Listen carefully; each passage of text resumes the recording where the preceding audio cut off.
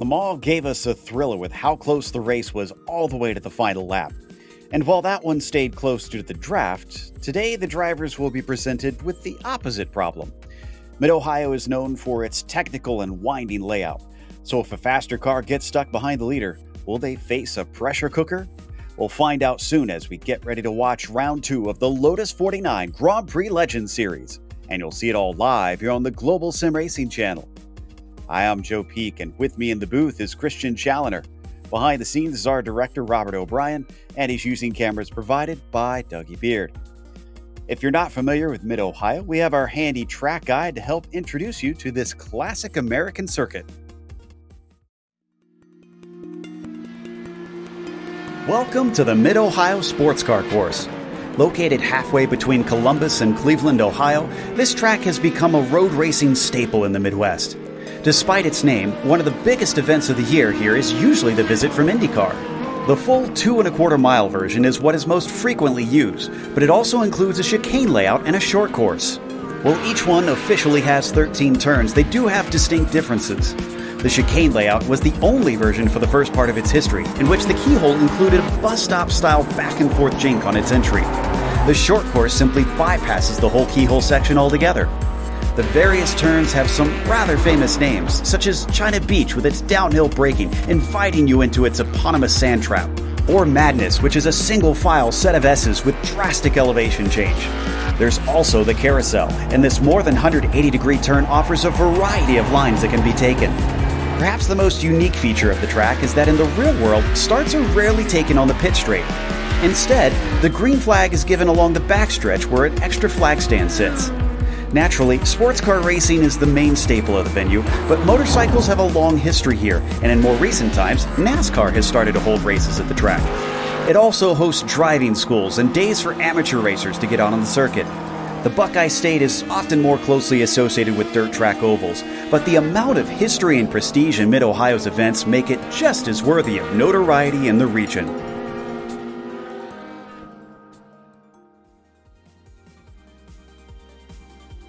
Well, Christian, this place can be a bit divisive sometimes. It seems to be one of those love it or hate it tracks, but it sounds like you and I are both in agreement. We love this place. Yeah, I think this is a great track. I actually wish it was used more often in more series with more cars, but it is quite tricky in the 49, actually. Braking zones at the Keyhole, China Beach, and the Carousel are really the tricky points of the track, and to some extent the end of the S's as you turn onto Thunder Valley.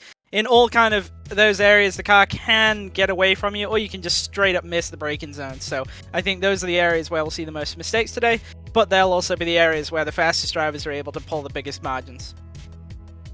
And for today's race itself, it's going to be 25 laps that they're going to be running around here. We're in the second round of the season, so still very early on. But one of the big talking points of that is the first race really didn't give us a good idea of how the pecking order will be. So we'll talk about that later.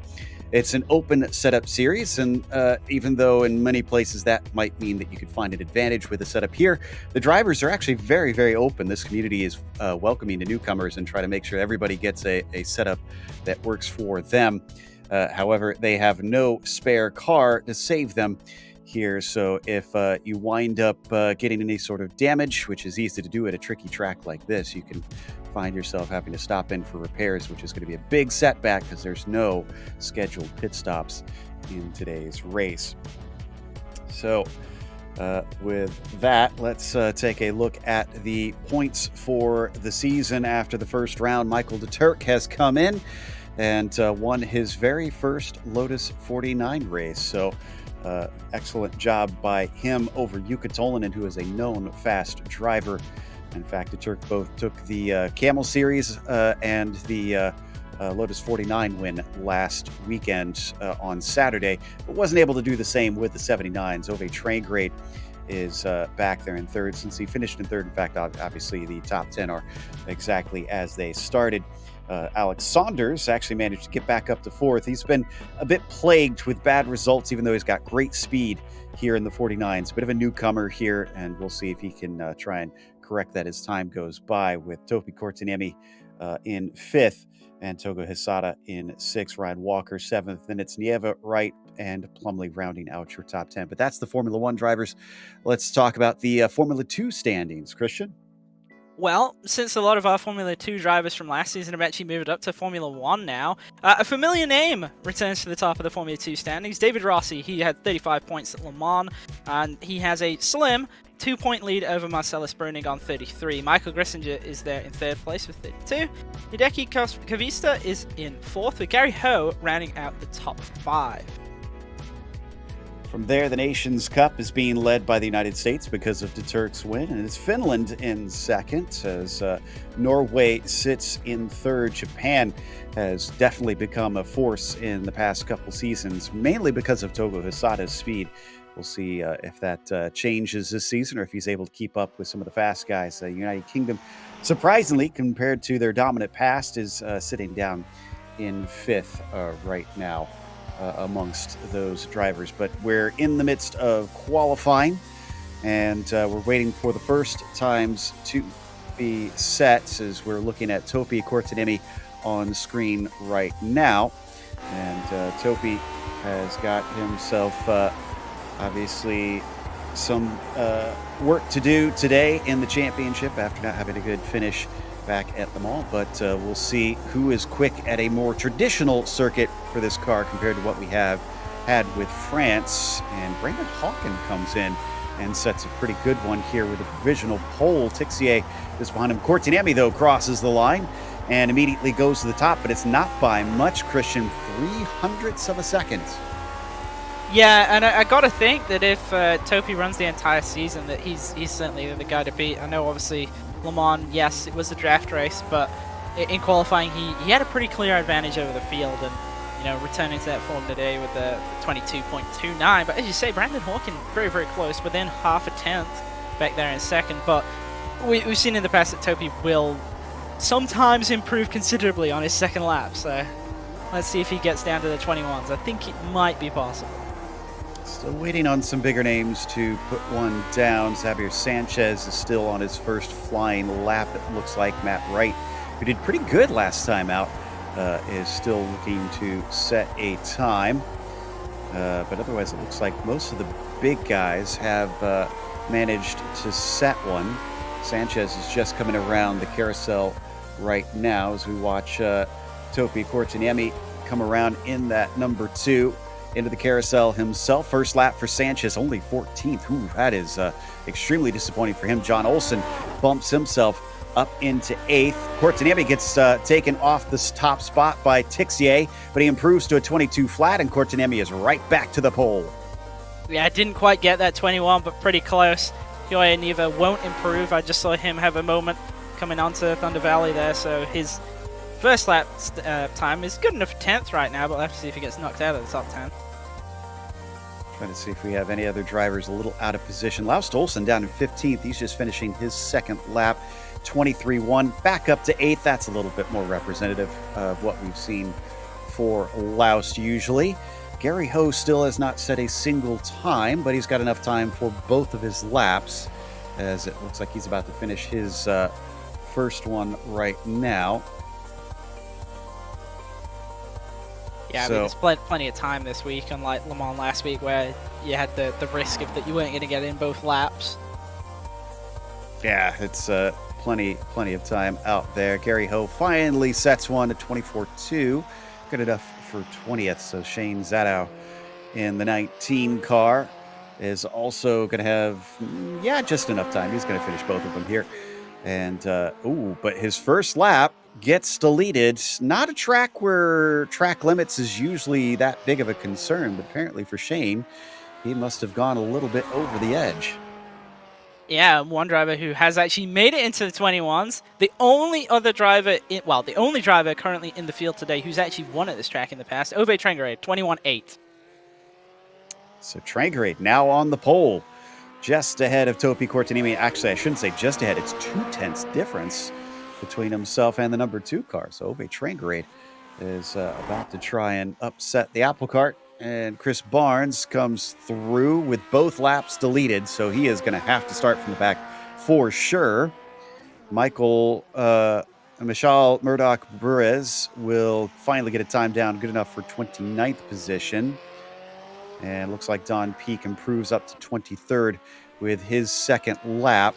Gary Ho coming around for his second one as well, down in the 20th spot. He heads through the carousels. We watch Chris Barnes head around through China Beach now. I'm watching Ho, and unfortunately he does not go any faster. Shane Zadow might be one of our last drivers able to set a time with just about a minute left to go. Yeah, and we do have a lot of cars for quite a small track, I would say. 37 right now. That's a good point. Yeah, this is even in these cars a pretty short lap. And Shane's second lap does count, but it's only 29th. So those who are out of position towards the back of the pack are going to have a bit of a rough day to try and compete. But Ove Trangrade going to try and add his name to the list of winners here this season, and maybe see if he can try to catch up to Mick Claridge, who has the most wins, has the most of everything at this track. Poles, fastest lap, wins, you name it. And in the meantime, let's go through our starting order. As Ove Trangrade, we mentioned, is on the pole.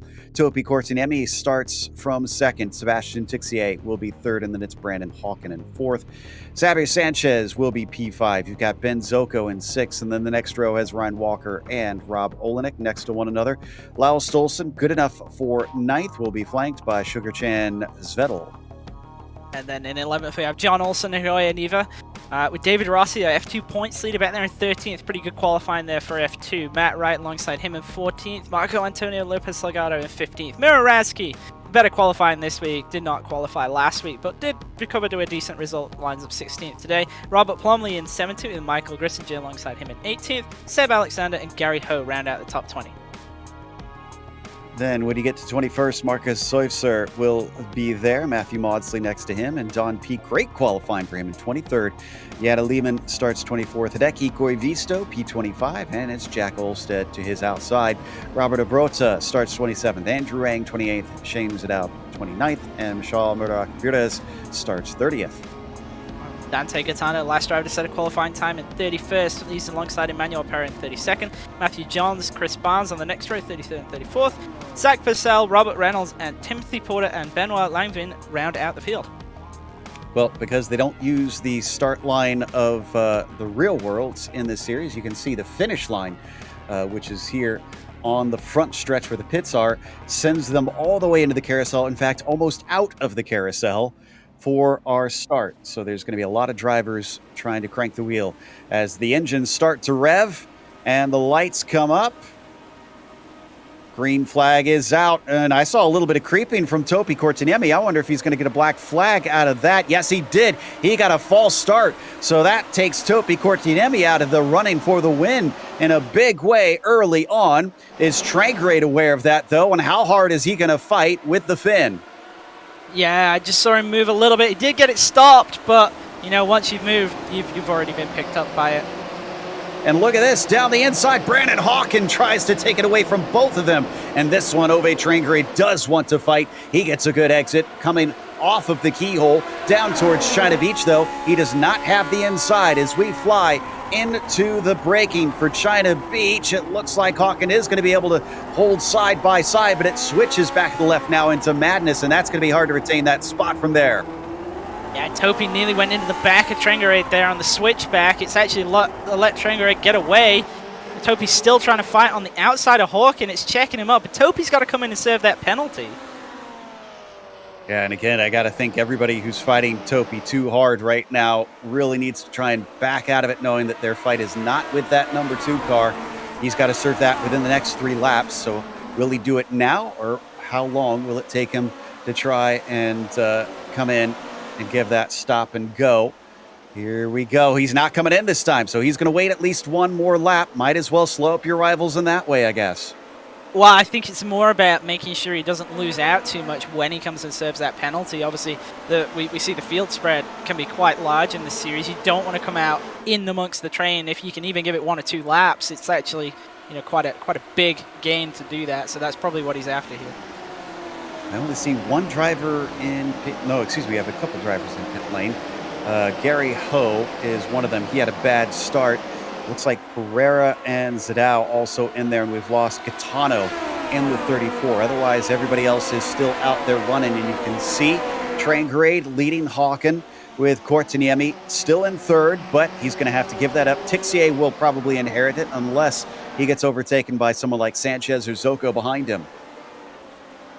Yeah, Tixier looking to make up for what happened last week at Le Mans. Obviously, he was in that fight for the win until he got flipped over. Here we've got the replay of the start. And so we cut away. Here is Trangrade. Oh, there's that false start. Just maybe half a second too early, and he knew it. And unfortunately, there's no fighting it, especially with the electronic system here in the sim. This isn't like real life where the drivers can maybe get away with some leeway from the stewards. It's either you're good or you're bad on that one. Hawken taking the fastest lap in the meantime and pressuring Trangrade. Yeah, we've had an incident on the exit of carousel. Nieva got it. Well, he got to the outside of the carousel. He was checked up, and then somebody got in the back of him as they got onto the front stretch. Massive damage for Nieva. I don't think he's going to be able to continue. Unfortunately, won't be able to get to that right now because Hawken is still dealing with Cortiniemi, who almost had a run coming off of the keyhole, but then had to check up. And I thought for sure he was going to have a good chance to attack him down into China Beach. But our first three are going to stay as is for now. And they're starting to break away a little bit. Tixier following with them, but they've lost Sanchez and Zoko. Oh, and that definitely gave it up for Cortiniemi as he goes wide into madness, and Tixier gets to third. Yeah, he got in the back of Hawken there on the cutback. Again, we saw him concertina last lap, and it was really severe that lap. Nobody went around, fortunately, but obviously Topi went back a position. That won't matter too much because he's about to come into the pit lane. I think if he doesn't, he's presumably going to be disqualified. Well, I think it's 3. Oh, they are on lap 3, actually. Excuse me. So, yeah, he doesn't have any more time. He's got to try and serve it now, and he is sending the car out wide. There he goes. So, how many positions will he lose, and how many can he gain back is the question. What a horrible start to the season for the Finn. And it should be a full stop and go if I understand correctly. I don't think this is a drive-through for him, so he's going to lose quite a bit of time. Yes, he's pulling into his stall and is now going to have to serve a certain number of seconds as we watch the number 7 of Ben Zoko, who is currently chasing Xavier Sanchez for what is now 4th place. They've lost touch with the front group, but they're also ditching those behind. Yeah, and Ben had a pretty quiet start. Obviously, he's gained that one spot from Topi having to come into the pit lane here. Everybody pretty far down the order basically gets themselves promoted up a few positions. Cortiniemi came out in 26th for those curious, and now has all the work to do out here today, heading through the twisty back half of the course where it's very difficult to try and overtake. Our drivers basically have to sit and stay patient and keep applying the pressure, which is what Ben is doing right now to that number 3 car. Yeah, and through the S's and onto Thunder Valley, there's not really any passing opportunities there at all unless there's a mistake. So as the driver ahead, even if you're under pressure, you kind of know that, and you can actually afford to take it a little bit easy through there. It's places like the Keyhole, to an extent Turn 1, and certainly China Beach, where you know that you're under threat, and there's also an equally big penalty for making a mistake in the braking zones there. Indeed, as we come back to our leaders, and Brandon Hawken making a race of this for sure. Now, we've seen Brandon before, but it's been a while since he's shown up, and I was trying to remember where it was that we last saw him. I'll have to take a look at his stats. We knew he was fast, and today he's trying to add to the tally of wins in this series. Already on lap 5, they go by relatively quickly here, and we see from on board looking over the shoulder of Brandon. Yeah, I don't think I've personally covered a race with Brandon in it, so it was a new name to me. But obviously in qualifying was very, very quick. Has the number 1 on his car, so you have some expectation with that.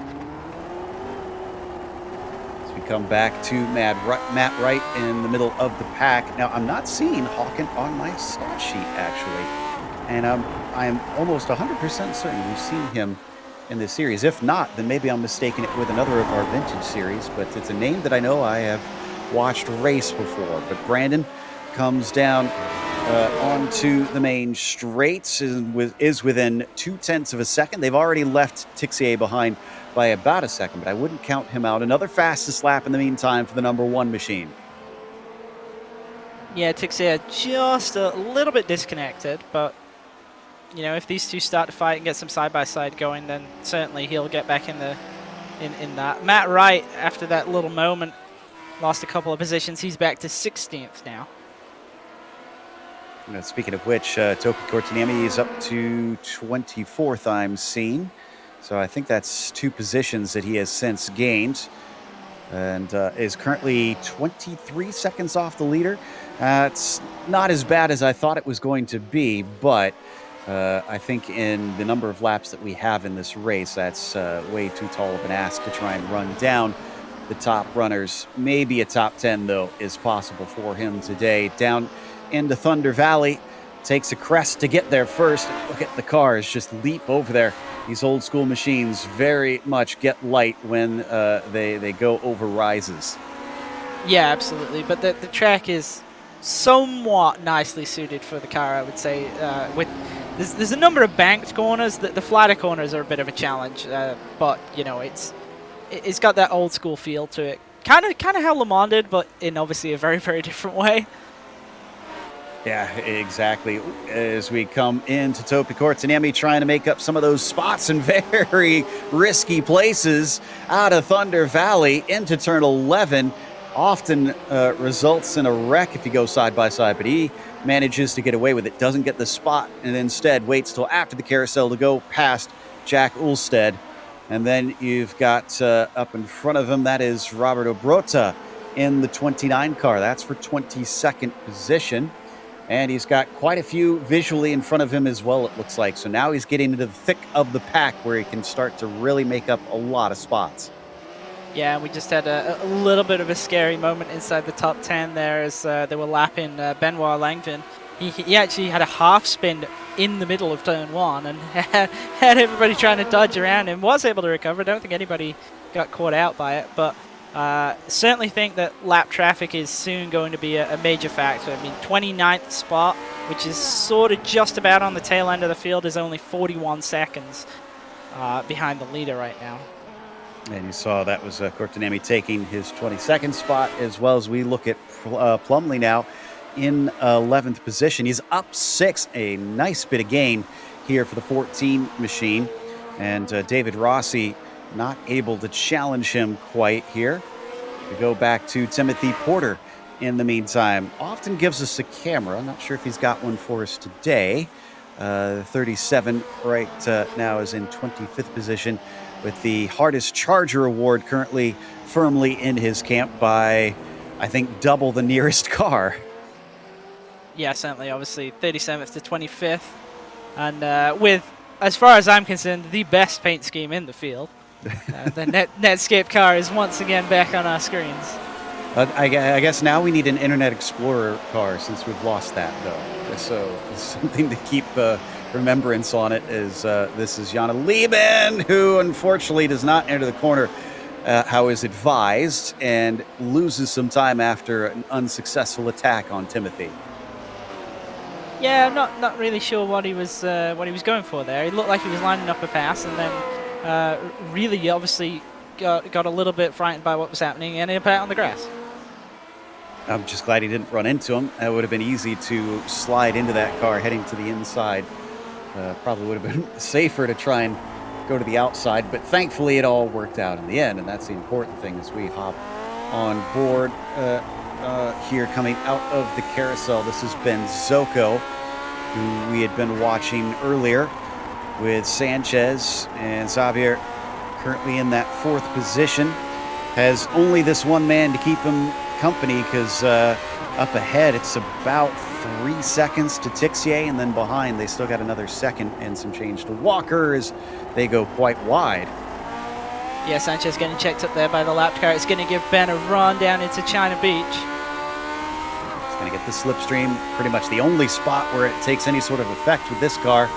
down the back stretch and into China Beach. He looks around the outside. Now, usually that won't do you any good, but here you can sometimes make it work. Not so this time for Ben Zocco. And there is why sometimes it can work. If you get the inside to the left-hander of madness, well, sometimes it'll give you a spot. Yeah, and this little fight has allowed Ryan Walker to close up a little bit. He's got Rob Olenek behind him as well with Laust Olsen and John Olsen. So this, if there's a fight developing here for this 4th spot, it could quite easily stretch back all the way to 9th. And Rob Olenek is a name I'm glad to see back in this series. He's actually one of our winningest drivers in this series. He's the 4th most wins with 18. In fact, I think I want to say he's one of the few that has multiple championships as well in the 49. I need to double check on that stat because that is not a very long list at all. But Rob currently running in 7th though, so he's got a little bit to try and get himself a better position today. He is within range of Walker though, especially if they start to get checked up by that battle between Sanchez and Zocco. Yeah, obviously a driver we haven't seen for some time, but is very, very familiar with the 49 and a very active member of the 49 community. A pretty good return, you have to say. Obviously inside the top 10 already, and we know he's fought for wins before, so I suspect if we see him in future weeks, he'll slowly move his way up into contention. Just want to follow up. Yes, Olenek is one of only 3 drivers that have won multiple championships in the Lotus 49s. The other 2 are going to be no surprise to longtime watchers, Mick Claridge and Michel Dudignon. And you see the 4 still sitting in the 7th spot, but now it's almost, well, this is weird because they're not going to have any sort of problem with the aero wake on these cars, not through corners at least. And yet we're seeing them very equally spaced apart from one another here. Yeah, it's a little bit unusual, and you can kind of see that everybody has a bit of a different approach to the corners as well, because it kind of concertinas up in certain areas, extends out in others, and I'm wondering if that's contributing to it a bit. But it just, at the moment, it doesn't look like anyone in this line is really trying to make any attacks. I think everybody's actually just trying to get onto the back of this Sanchez and Zocco pair so that then they can fight. I mean, I understand that there's not really a lot of value in fighting when you can, pull up to another group ahead of you. That's a good point. I wonder if maybe that's what Ryan's trying to do. And while he gained a little bit, he is fallen away, and maybe that's what allows Zocco to try and have a go at things. But once again, he's not able to overtake on Sanchez. This is all well behind the podium right now, so this is fighting for the scraps in the top 10. Walker's still pushing as hard as he can to see if he can crack into the top 5 here, and he is probably egging those 2 on to try and fight that little bit more. Yeah, I mean, if you ever have a situation where Sanchez and Zocco are side by side into a corner, immediately Ryan Walker's then in that fight. They will lose enough to pull everybody back in. And, up at the front, it's kind of stayed as was. Trangarade has 0.3 lead over Hawken.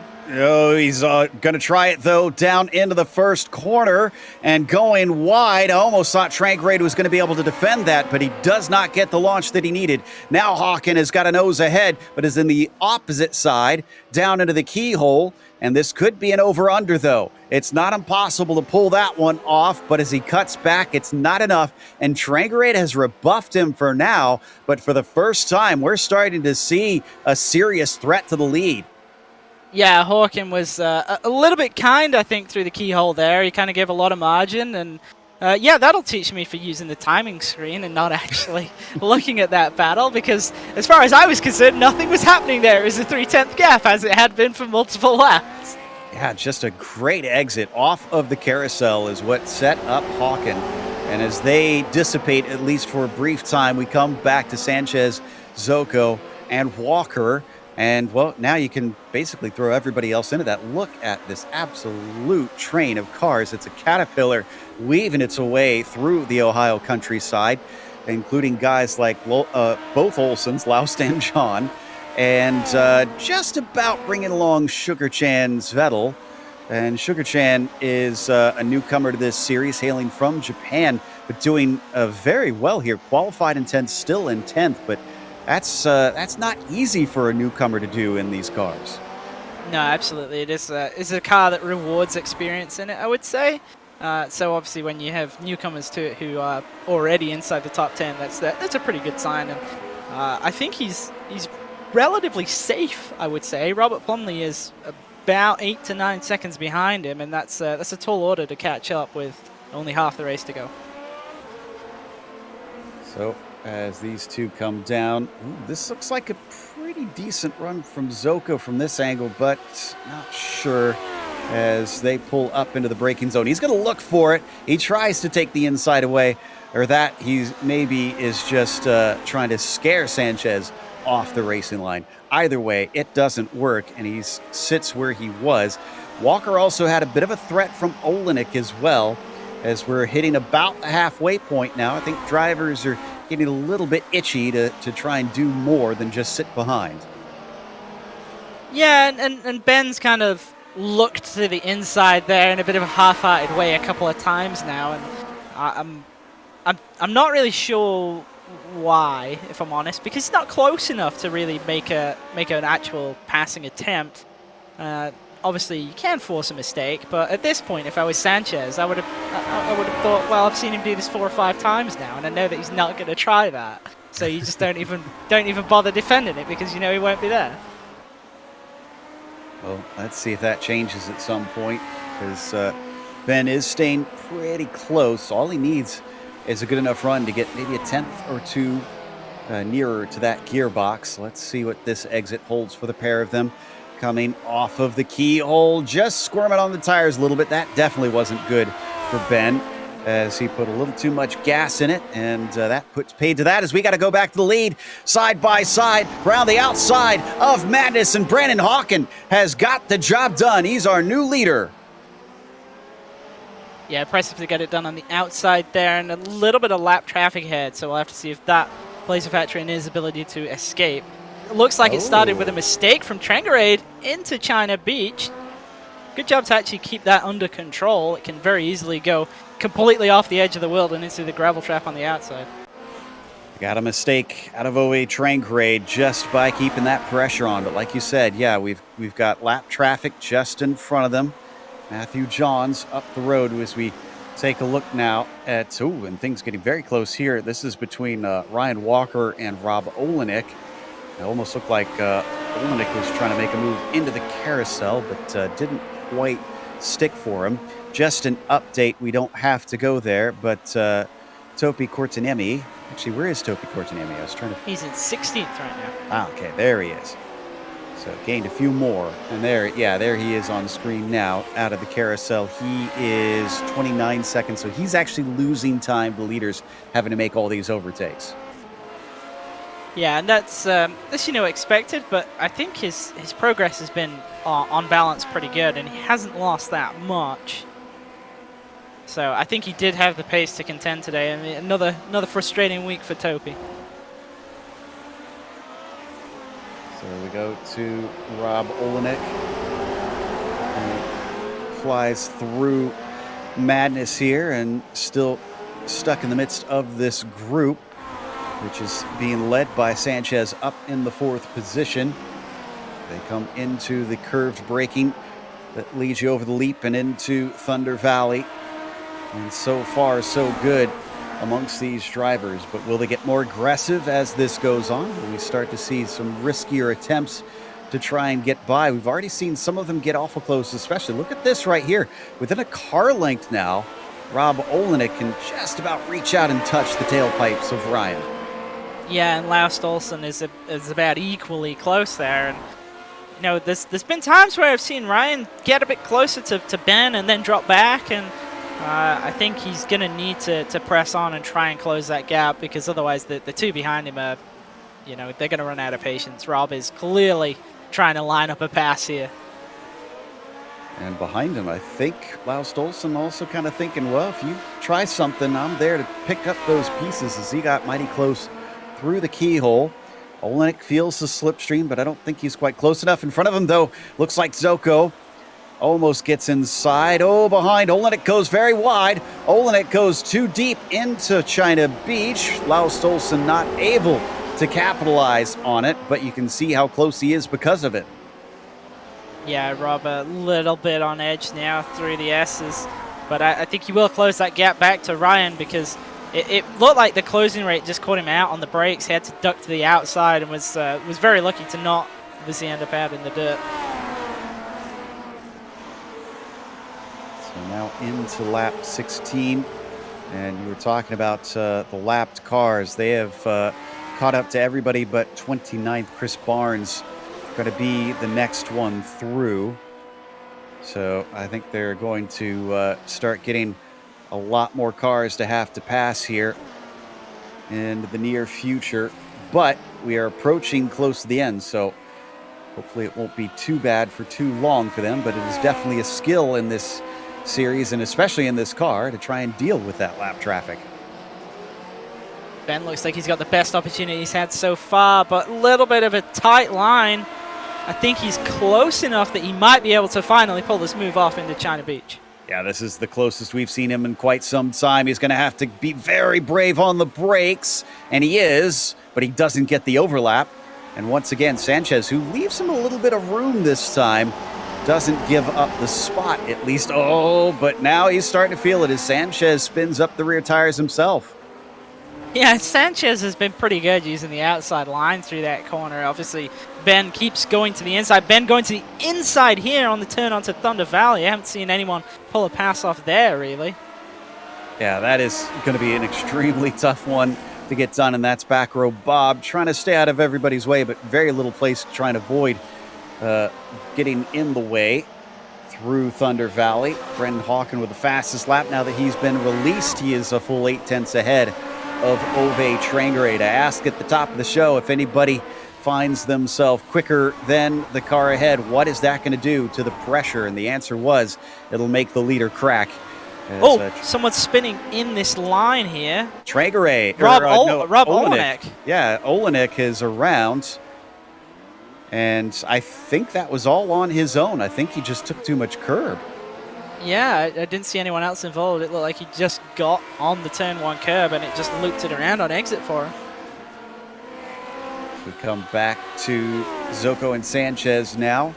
So that promotes Laust Olsen, John Olsen, and Sugar Chan Svel up a position each. Still not up a position for Ben Zoko with another look to the inside. Oh, and now he's trying to get creative into the S's. It seems as though he thought maybe there was something to be had, then backed out of it. And I'm getting on the radio, not sure what that was about. I think it was lapping a car, actually. Excuse me. Sometimes drivers communicating usually means some sort of drama is going on, but other times they're just trying to be polite with one another. So the 7 has been firmly wedged into 5th position for much of this race now. Just can't seem to do anything. So put yourself in the shoes of Zoko here, Christian. What do you do? I probably wouldn't be doing what he's doing in terms of where he's looking for some of the passes. Like he cost himself on that last lap when he looked to the inside on the entry to the S's, and you know, there's just nothing really going there. So I guess what I would look for is to just try and run my own line, get as close as I could, and then try and make the pass down into China Beach. But Olsen has gone off. I'm not sure which of the Olsens it is. They both drive yellow cars. It's Laust, it looks like, and that was in the keyhole. And again, a self-spin, and drivers towards the end of this seeming to struggle. It is a relatively hot day. I don't think we touched on that. It's 107 Fahrenheit on the track surface, and that's 42 Celsius. Do you think they're overheating the tires with how much turning they're having to do during a lap? I'm not sure it's that. I think it's just how a lot of these guys run the brake bias pretty aggressively rearwards, more rearwards than myself would run it.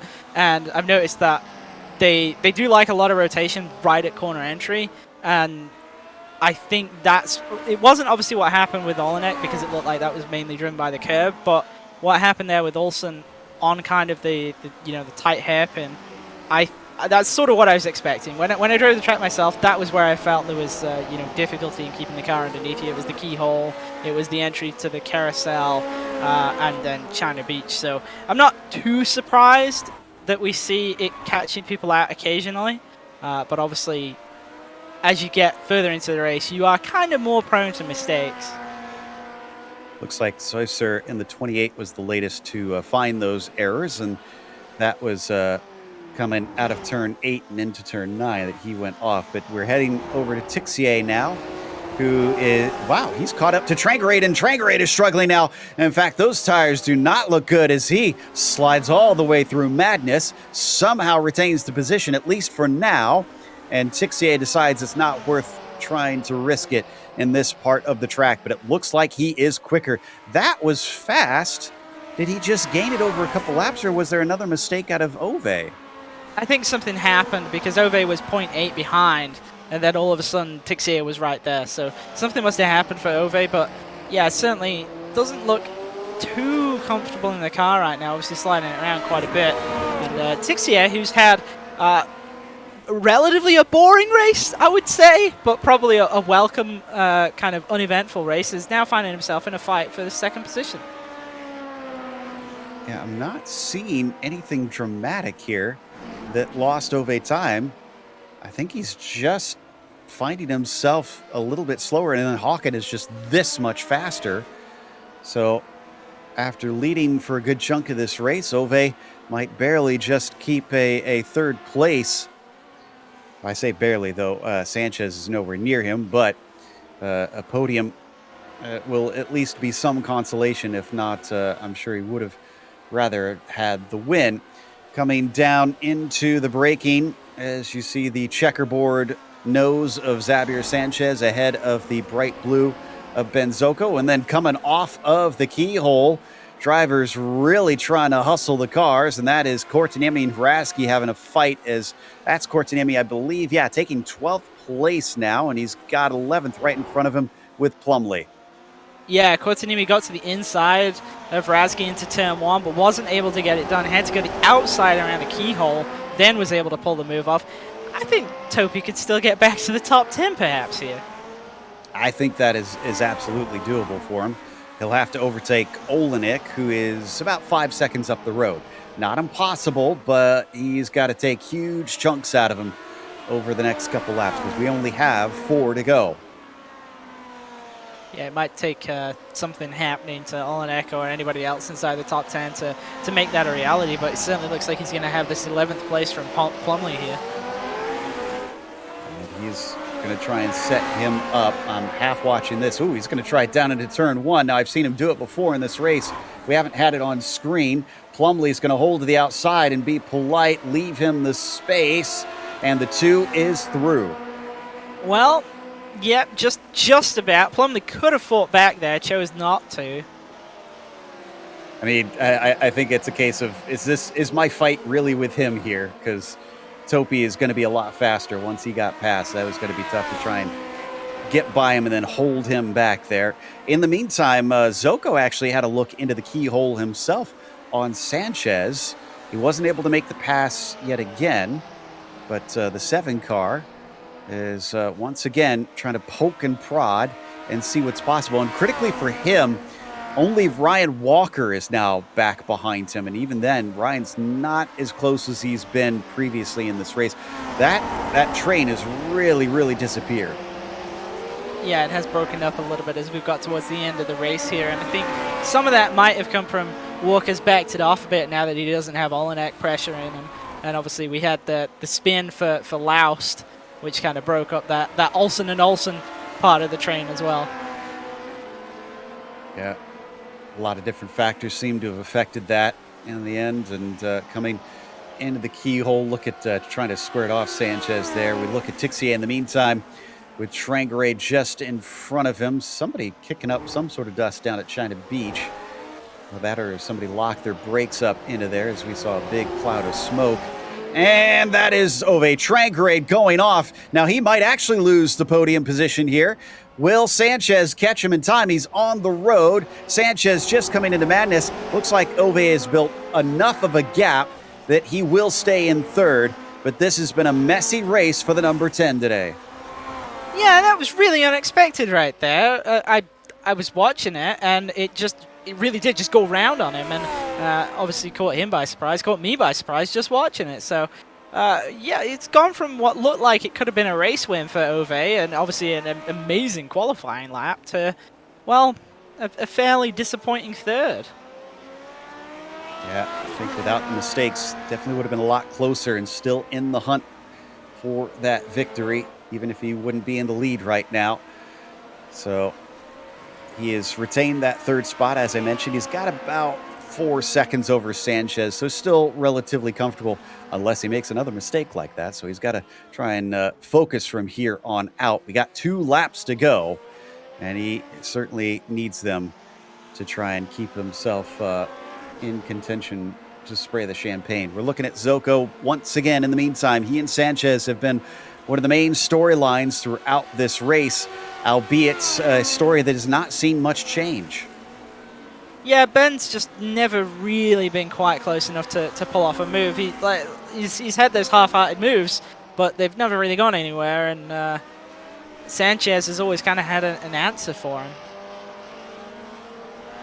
Yeah, I think we need to give a lot of credit to that number 3, who has been out here just holding his own, not letting himself get ruffled. And we've seen how much of a skill that's been, Christian, because you look at the comparison between what Sanchez has done and what Trangarade has done, and it's a stark contrast. It is, as Sanchez runs onto the grass curse notwithstanding, right there, and is going to give Ben an opportunity on this final lap, I think. All right, I'm going to stop talking about Xavier doing a good job here as we get that white flag. And Hawken is still leading our race. For those curious, there you can see on the left-hand side on the tower at the top by about 4 seconds.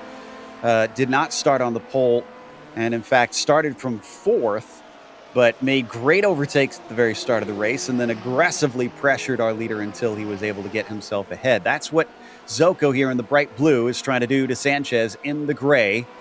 And Sanchez is doing his darndest to make sure that he does not succumb to that pressure.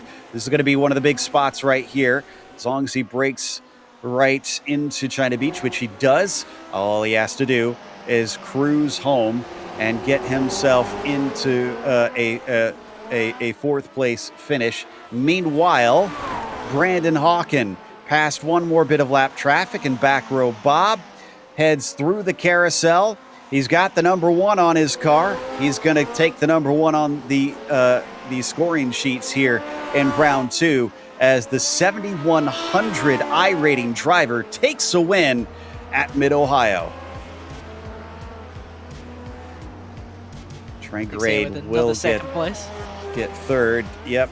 So Sebastian still looking for that first win. And Sanchez will claim 4th over Zoko in the end. So there's your top 5. Walker just outside of it, didn't quite have the pace. Where did Topi wind up?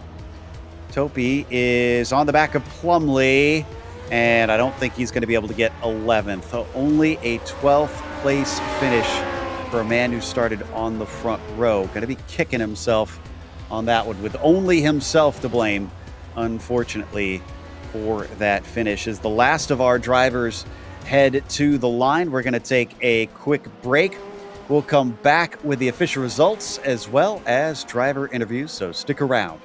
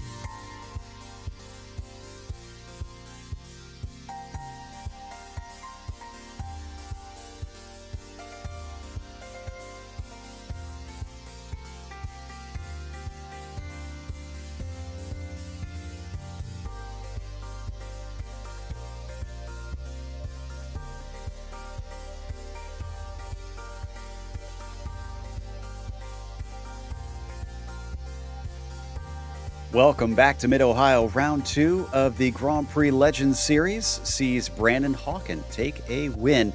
Sebastian Tixier wound up in second, and Ove Trangrade a bit of a disappointing third after starting from pole and having multiple mistakes today. Xavier Sanchez was still behind him by a few seconds, though, and he took fourth as Ben Zoko was fifth, fighting with Xavier the entire race. Ryan Walker was sixth, and then John Olsen finished seventh. You've got Sugarchan Svettel in eighth, Laust Olsen ninth, and the top 10 rounded out by Rob Oldenik. Robert Plumley had a battle with Topi Kortanimi in the end there, was able to repass Topi, comes home in 11th. Topi, after that jump start at the beginning of the race, was able to make a pretty good recovery to 12th. I think he'll be unhappy about the jump start, but all things considered, to finish 12th is a pretty good result. Mirorazki, 16th to 13th, much better showing this week than last week. David Rossi, 13th to 14th, a fairly quiet race for him. Matt Wright, 14th to 15th. Seb Alexander up 3 spots, 19th to 16th. Matthew Maudsley, 22nd to 17th, so a nice race by him. Michael Grissinger, 18th to 18th, with Hideki Kavista up 6 spots in 19th, and Robert Abrera, 27th to 20th. A good climb by him. Jana Lehman was 21st. It was Jack Ulstad in the 22nd position, and Marco Salgado 23rd. Don Peak down 1 position to 24th, but still on the lead lap, and Marcus Seufzer, last one on the lead lap, in 25th. From there, Timothy Porter was P26 ahead of Andrew Ang, with Chris Barnes in 28th, Zach Purcell in 29th, and Matthew Johns was 30th. From there, a couple of drivers did manage to finish, Buras and Reynolds, but you had a bunch of other retirements in and amongst our nearly 40-car field here today. As we do have our winner ready to talk to us, and maybe Brandon Hawken can resolve the mystery, because I was looking through the stats, Brandon, and I swear we've seen you and had you vying for race wins in this series, so I'm pretty sure you're not a newcomer here. Oh, actually, yeah, this was my first race in this series. I just got the car during week 13, and it was around Indianapolis. I really enjoyed it, so I thought, you know what, might as well check out the Saturday races. And man, yeah, this car is just a ton of fun to drive. So yeah, I'm definitely planning on making more, though, for sure. So I am remembering you from elsewhere. Then I'll have to try and figure out where, because maybe Big C's and a couple other places. What maybe. It is? Yeah. That's where I recognize you, and also explains the incredible I rating. Well, you qualified 4th, but you made some great moves at the start to put yourself in a position to try and fight for that win. Did you feel pretty confident about trying to stick the car in some risky places at the beginning? Because it worked out in the end. Yeah, I was actually pretty nervous about making moves. These cars get sideways really easily, and they don't just like stick to the ground. They're kind of like all over the place all the time. So it was a little bit tricky trying to make moves. The 3 wide move going into turn 2, the opportunity was just too good to pass up though. So I just stuck it in there, make sure I didn't overdrive the corner, and just kept it to the inside. And then after that. There were a couple more side by sides, and I was definitely nervous, on the entry of the corner especially, because if you brake just a little bit too late, the back end's gonna come out, and it's just you really have to try your best to tame these cars, and so over the course of the race, I got a little bit more comfortable with it, and man, that was the great battle there with Ove, and throughout the first majority of the race there, we were pretty much just like glued to each other, and he slipped up a little bit, and I was just able to sneak around on the outside going up the hill. So that was a really great race, and just a lot of respect given from everybody, and it was just a really good time. It looked like a fun race out there, especially watching you and Ove go at it for a good chunk of it. But you said that you've been drawn in by Indianapolis, and we're glad to have a fresh face in here to challenge some of the quicker drivers. So considering you get 2 drop weeks, will we see more of you on the Saturday races and maybe do something championship-wise? Definitely, yeah. I guess...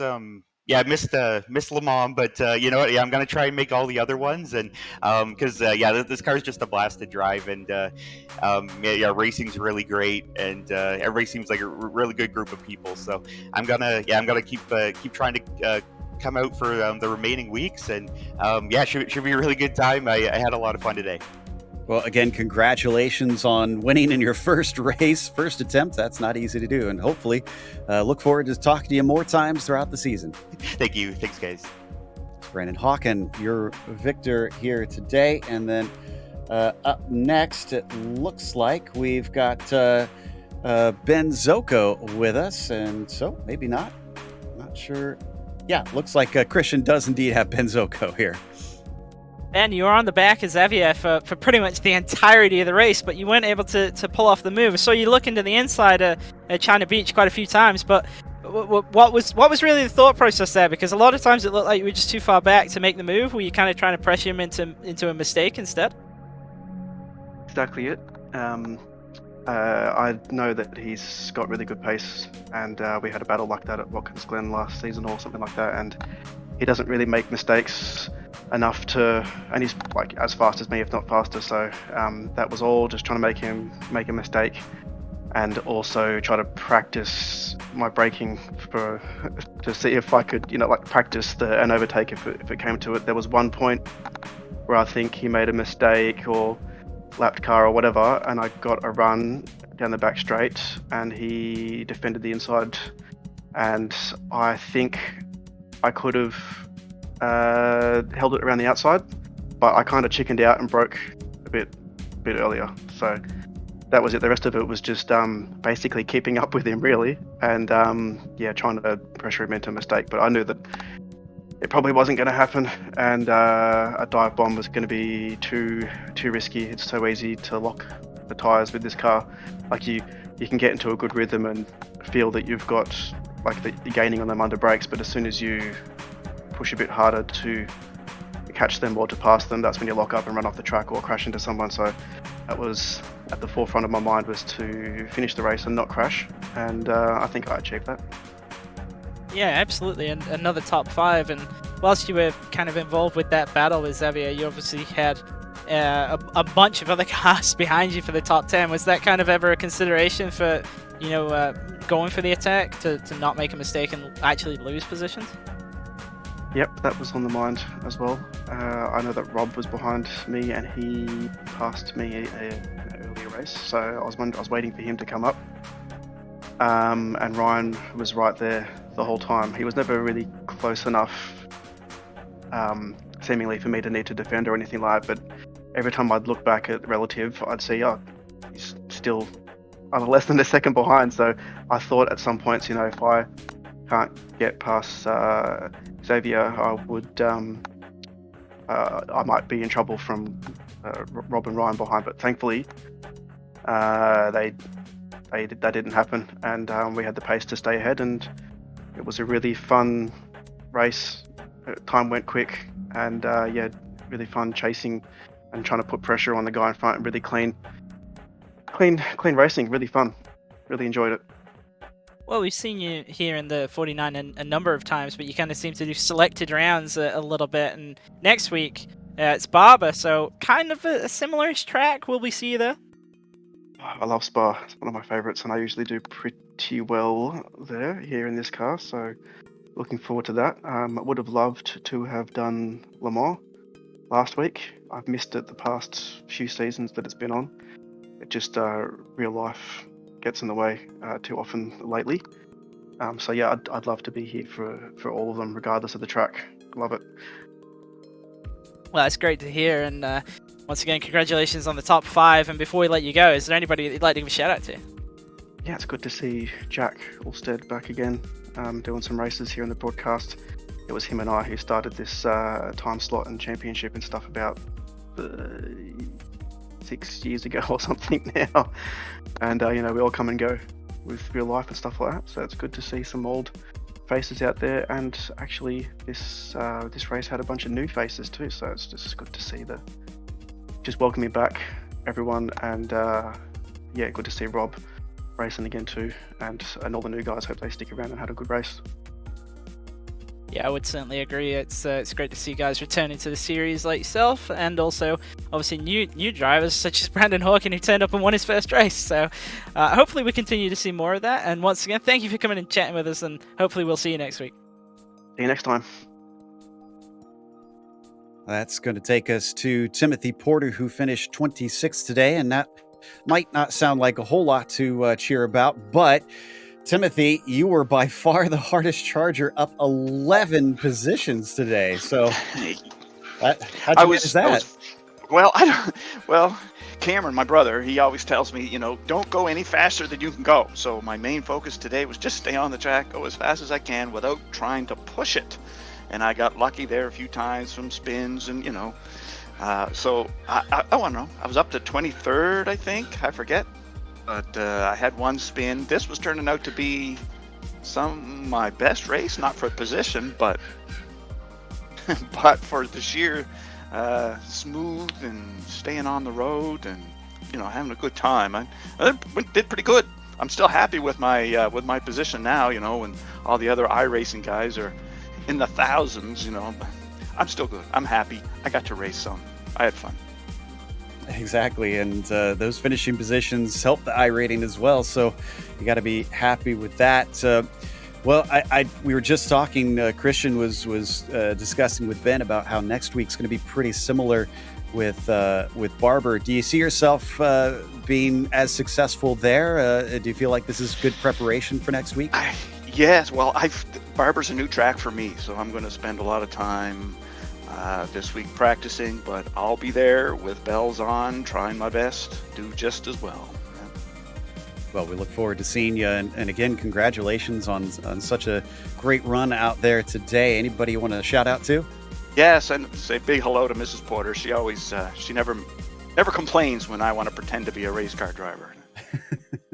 That is always a big bonus, and glad to have you again, Timothy, as that was Tim Porter finishing 26th in that number 37 car here today, which is going to wrap us up. So, of course, we want to thank the Grand Prix Legends community for bringing us back for another season of coverage here. Also, thanks to the team today, Rob, Christian, and Dougie. Make sure and check out our social media, our website and merchandise store listed here. And don't forget to subscribe to our YouTube channel so you don't miss a moment on GSRC. The next race is going to be at Barber, Saturday, July 2nd, 9:30 a.m. Eastern. Be sure to check out our other broadcasts listed here as well. That'll be Camel GT coming out later today at Fuji, brand new track at 1 p.m. Eastern. Until next time, though, race clean, race hard. We'll see you on the track.